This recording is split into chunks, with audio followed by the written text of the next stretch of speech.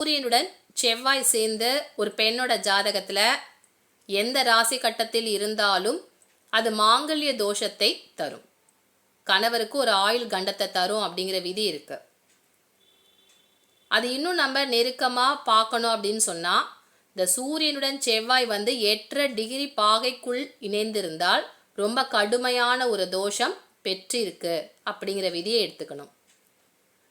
இந்த சூரியனும் செவ்வாயும் சேர்ந்து 8ஆம் இடத்துலன்னு இல்லை, ஜாதகத்தில் எந்த ராசி கட்டத்தில் இருந்தாலும் ஒரு பெண்ணுடைய ஜாதகத்தில் மாங்கல்ய தோஷம்தான்.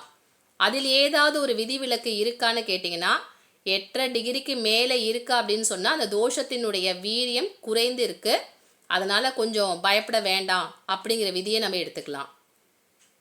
தனுசு ராசியிலோ அல்லது மீன ராசி, ஏன்னா இந்த 2 ராசி கட்டமும் பார்த்தீங்கன்னா குருவினுடைய வீடு. அப்போ இந்த 2 வீட்டில் இந்த சூரியனும் செவ்வாயும் சேர்ந்து இருக்கக்கூடிய இணைவு இருக்கு அப்படின்னு சொன்னால் இந்த தோஷத்தினுடைய வீரியம் குறைவு.